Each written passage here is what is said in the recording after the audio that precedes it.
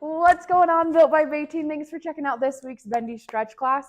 We got a really good one, and this is something that a lot of people struggle with, and maybe it's not necessarily a problem for you, but this could be a good class to be preventative. And we're talking about plantar fasciitis today. So this is a really extreme foot pain that we can get, and so there are a number of things that can kind of help prevent it, but stretching, I'm a huge believer that it is a staple to getting that relief and then having that relief long term. So I'm going to give some tips at the end of other things that I would do if this is something I struggled with, because it was something I struggled with last summer until I started incorporating these things. So go ahead and find a good place to get started. It's going to be no equipment, but we will be on the floor, so make sure you have like a comfortable surface to kneel on, that kind of thing. But find that place and let's get started. Alrighty, team. So we are going to start in a standing position. So I want you to find a comfortable spot. We're going to go about feet shoulder width apart, and we're going to just start with warming up our calves with some calf raises. Calf raises. My goodness, if I could talk. And I just want us to go nice and slow and controlled on this one and really work on our balance. We're going to do about 8 to 10. So I want you to find your kind of own pace.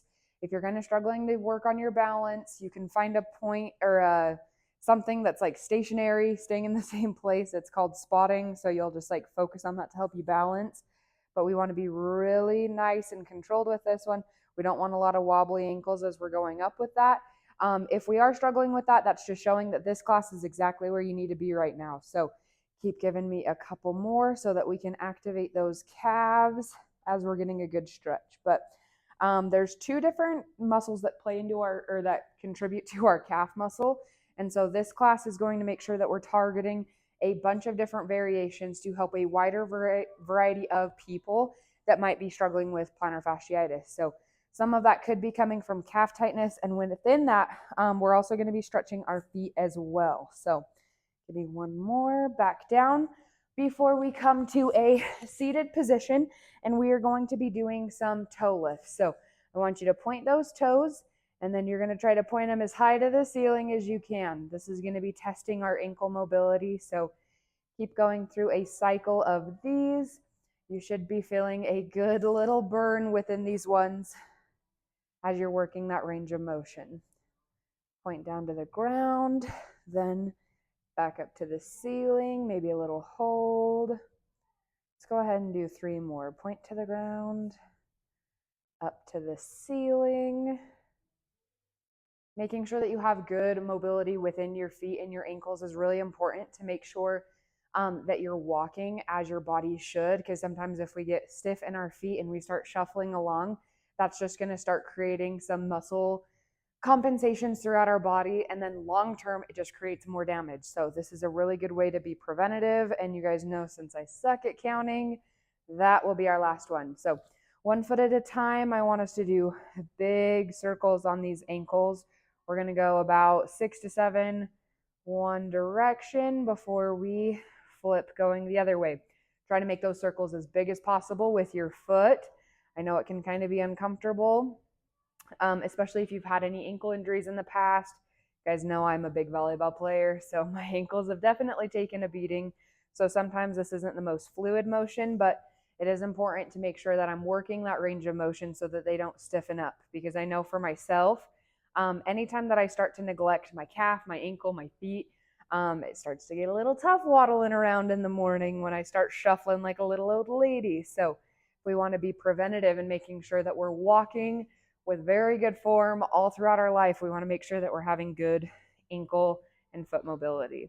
And again, within this, it's going to release any tension that might be kind of hanging out in your feet and causing that plantar fasciitis pain. Because I have seen people cure their plantar fasciitis through getting an assisted stretching program set up for them and then just stretching almost religiously to get rid of it. Give me a couple more each way. Beautiful. Now we're going to work into more of a kneeling position. So we're actually going to be in a downward dog stretch.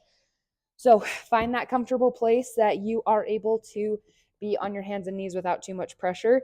I want you to, again, take your feet about shoulder width apart, and we're going to pop up into that downward dog.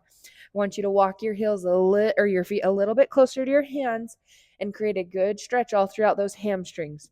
And we're just going to kind of pedal out those legs, pop a heel up, get a good deep stretch as we put we'll try to put as much weight as we can throughout our heels to get a good calf stretch. Good. Big deep breaths through this one. Good. Now we're going to turn those toes in towards each other, and I want you to push back into it a little bit more and pay attention to where you're feeling this throughout your calf, throughout your feet, throughout your ankles. This is going to show you where your tightness is typically residing within your body. So this one is definitely uncomfortable for me. We're not necessarily going to pedal in this motion. We're just going to take big and deep breaths, push our weight through our heels, and create a good stretch throughout those calves and those hamstrings. One last breath here. You need to take a break, that's okay, and come out of it. We're just going to turn those feet out. Give me a little bit longer. We're almost there, team. I know this can be tough. Into our upper body.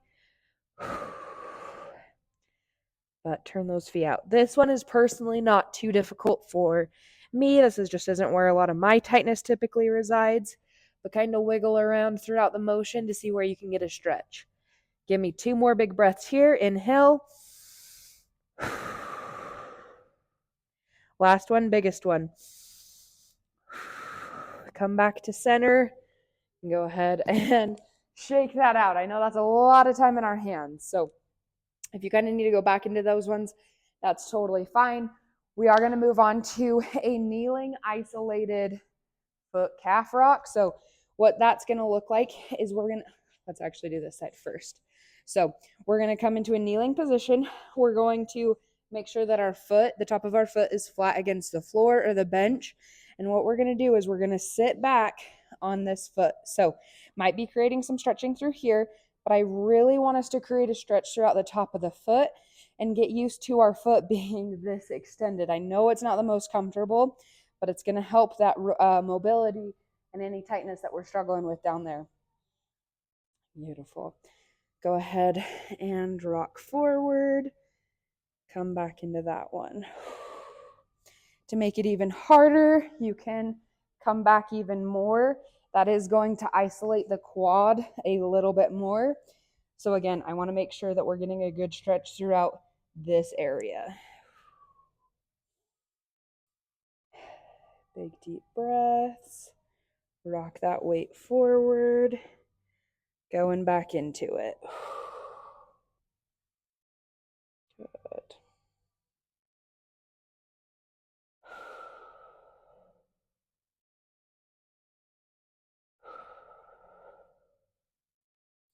Rock forward one more time.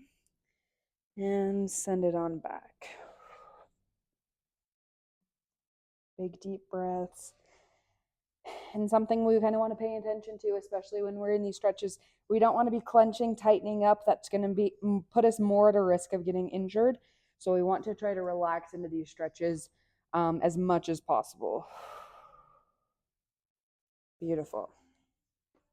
Let's go ahead and switch sides. If you kind of need to shake that leg out a little bit, you can do some extensions through that knee.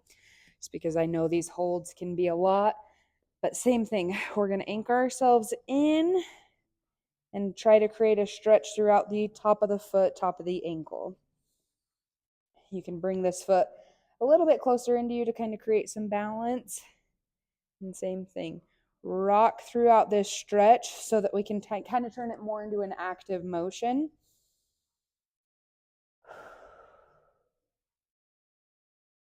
Rocking again.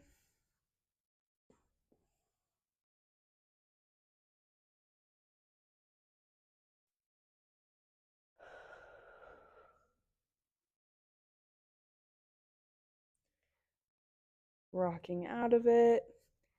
Sit back into it. And again, really try anywhere you're clenching, tightening up, try to let it go. Try to get our body used to sitting in this range of motion. If there is any pain in your knee, you can hinge your weight forward and just lightly press back into it to take out some pressure. but try to sit back into this one as much as you can.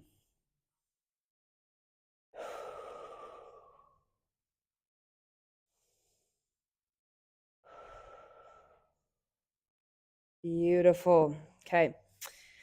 Just want you to sit back on both feet and kind of check in with what side was a little bit tighter for you. Which one was maybe not as comfortable, maybe had some pain kind of going on, just so we can start to address those. Kind of rock into it. Last thing what we're going to do is we're going to go ahead and tuck those toes underneath, and we're going to sit our weight into it. I know that this can be uncomfortable on our knees and on our feet. If we need to put weight into our hands to kind of take off the pressure, that's totally fine. But the more you get used to sitting in this position, the easier it's going to get over time, because you guys, this was something that I was not able to do even 1 year ago. It took a lot of time. And I remember when I was able to like sit back onto my feet, even sit back onto my heels, I was just blown away at how much better my body could feel when I was consistently stretching. So maybe we're feeling good here. To make it a little tougher, we can go ahead and bend back.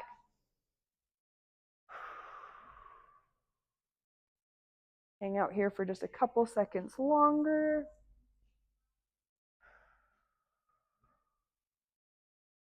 Last big breath here. Anywhere you're holding tension, we'll let it go.